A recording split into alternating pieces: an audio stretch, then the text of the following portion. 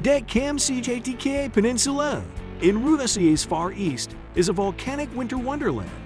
Snow blankets a chain of eruptive mountains here that shower the land with molten fireworks.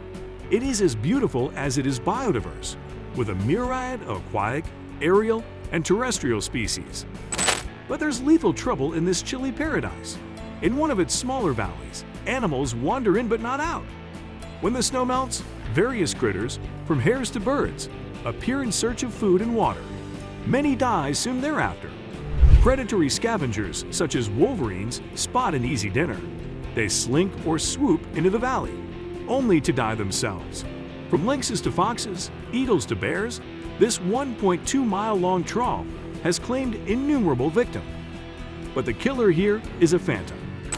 The dead, whose corpses are naturally refrigerated and preserved, show no traces of external injuries or diseases that would be responsible for their expirations.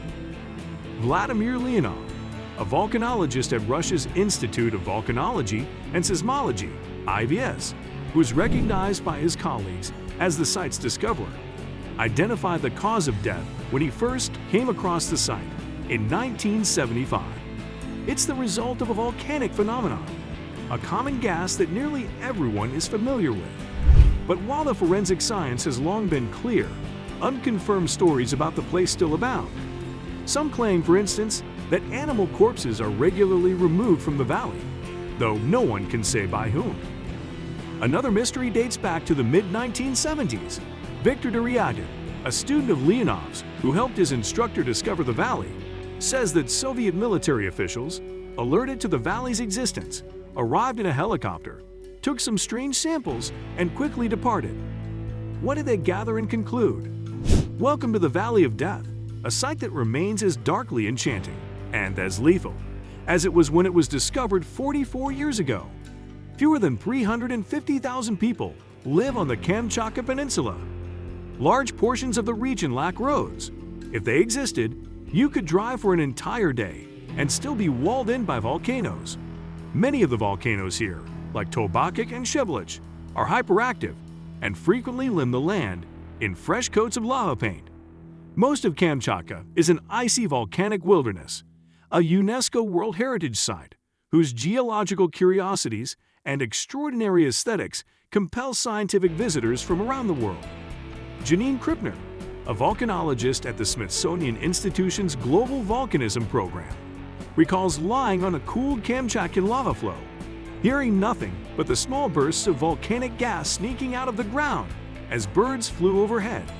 During her most recent visit, she stood near a freshly chilled lava flow that was still 176 degrees Fahrenheit, hot enough to toast her necklace from several feet away. There's just no place like it, she says. With persistence and permission, many places on the peninsula can be accessed. That includes the Pranatsky State Natural Biosphere Reserve, which contains the relatively youthful 4,800 years old Kikpinish volcano. At its feet is the lichen-covered Valley of Geysers, whose bubbling pits shoot pillars of steam hundreds of feet into the azure sky.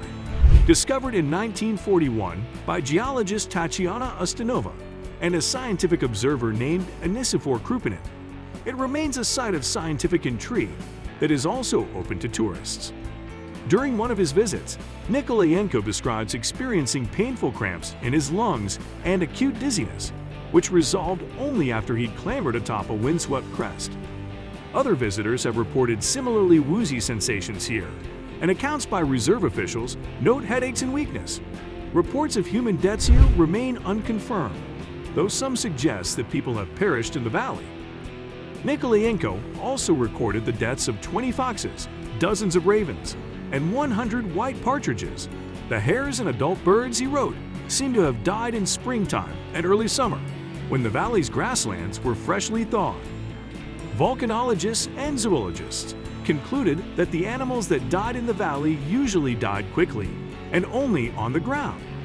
Their hearts often lacked blood, but their lungs were engorged with it. They'd suffocated, in other words, and any humans who lingered too long in the Valley of Death, a landscape filled with invisible volcanic gases, either toxic or asphyxiating, probably would too. Leonov had surmised that volcanic gases were the killers back in 1976.